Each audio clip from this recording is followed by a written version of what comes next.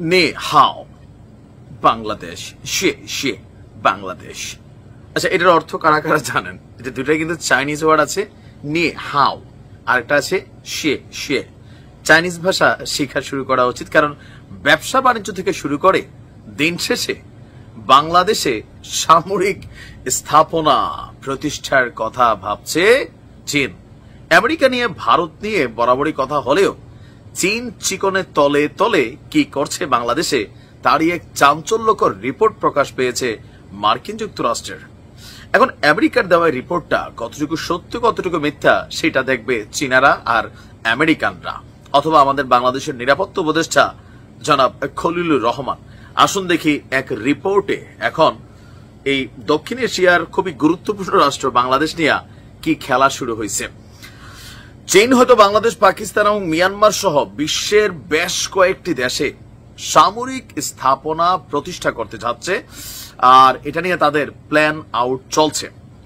2025-এর world wide threat assessment বা বার্ষিক হুমকি মূল্যায়ন শিরোনামে প্রকাশিত এক প্রতিবেদনে এমনটি দাবি করেছে যুক্তরাষ্ট্রের প্রতিরক্ষা গোয়েন্দা সংস্থা DIA। তবে এসব দেশে চীন মানে বাংলাদেশ সহ পাকিস্তান এবং মিয়ানমার মানে এই দেশগুলোতে ঠিক কি ধরনের সামরিক উপস্থিতি প্রতিষ্ঠা করতে চাইছে আপনার তা নিয়ে এই প্রতিবেদনে স্পষ্ট কোনো তথ্য নেই। যেখানে কি সামরিক বেস বানাবে, নেভাল বেস বানাবে, পারমাণবিক কোনো বেস বানাবে, নাকি সেনা মানে আপনার ডিপ্লয়েড করবে, মোতায়েন করবে, এমন কিছু স্পষ্ট না। এমনকি চীনের পক্ষ থেকে যুক্তরাষ্ট্রের এই প্রতিবেদন প্রকাশের পর আমি যখন নিউজটি করছি প্রতিক্রিয়া ওইভাবে আসে নাই।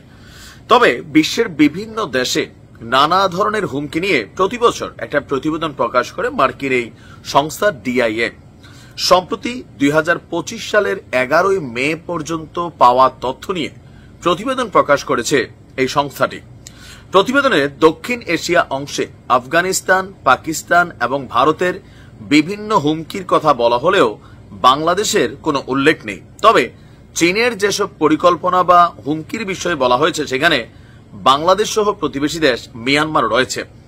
চীনের বিষয়ে সতর্ক করে প্রতিরক্ষা গোয়েন্দা সংস্থার এই প্রতিবেদনে বলা হয়েছে, পূর্ব এশিয়ায় প্রধান শক্তিধর দেশ হওয়ায় আপনার চীন এখানে কৌশলগত একটা লক্ষ্য বজায় রেখেছে। তাইওয়ানকে মূল ভূখণ্ডের সঙ্গে একীভূত করা, চীনের অর্থনীতির উন্নয়ন এবং এই দক্ষিণ এশিয়ার দেশগুলোর মধ্যে একটা প্রভুত্ববাদী মেন্টালিটির জন্য চীন নিরলস কাজ করে যাচ্ছে। এটা কিন্তু সত্য। চীনের টাকার অভাব নাই, চীনের পরিকল্পনার অভাব নাই, চীনের মুরিদের অভাবও নাই। কিন্তু আমাদের এই সাইটগুলোতে আপনি দেখেন যে আফগানিস্তানকে কিভাবে নীরবে নিবৃতে পাকিস্তানের সাথে নিয়ে জোড়া দিছে। আর বাংলাদেশ চীনের কাছে খুবই প্রায়োরিটি পাওয়া একটা দেশ। শেখ হাসিনা থাকতেও চীন বাংলাদেশকে মূল্যায়ন করত।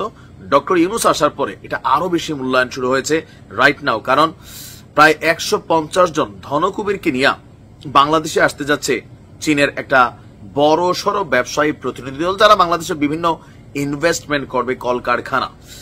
এখন আমেরিকার এই তথ্যটা নিয়ে আসলে ধরেন কনসার্ন করার মতন কতটুকু আছে, থাকতেও পারে। কারণ আমেরিকা নিজেই তো সারা পৃথিবীর বিভিন্ন দেশে, মধ্যপ্রাচ্য সহ পৃথিবীর বিভিন্ন দেশে, পাকিস্তানেও আমেরিকার বিমান ঘাঁটি ছিল, তাই না? সো তাদের একটা টার্গেট থাকে যে কোন দেশে তারা আধিপত্য বিস্তার করবে। এখন তাদের পরবর্তী স্থানটা সেটা এখন চীন আস্তে আস্তে দখল করে নিচ্ছে। সো চীনারা কোথায় কোন দিকে হাঁ করে হ্যাঁ করে হাঁচি দেয় সেটা কিন্তু আমেরিকা নজরদারিতে রাখে। আজকের দিনে বিষয়টা অনেকটা এতটা গুরুত্বপূর্ণ ইস্যু না হলেও সময়ের পরিবর্তনে কোন এক সময় হলেও হতে পারে, গ্যারান্টি নাই। এখন এই ব্যাপারে আমাদের সরকার বা চীন হয়তো পরবর্তী তথ্য দিবে। ভালো থাকুন, আসসালামু আলাইকুম।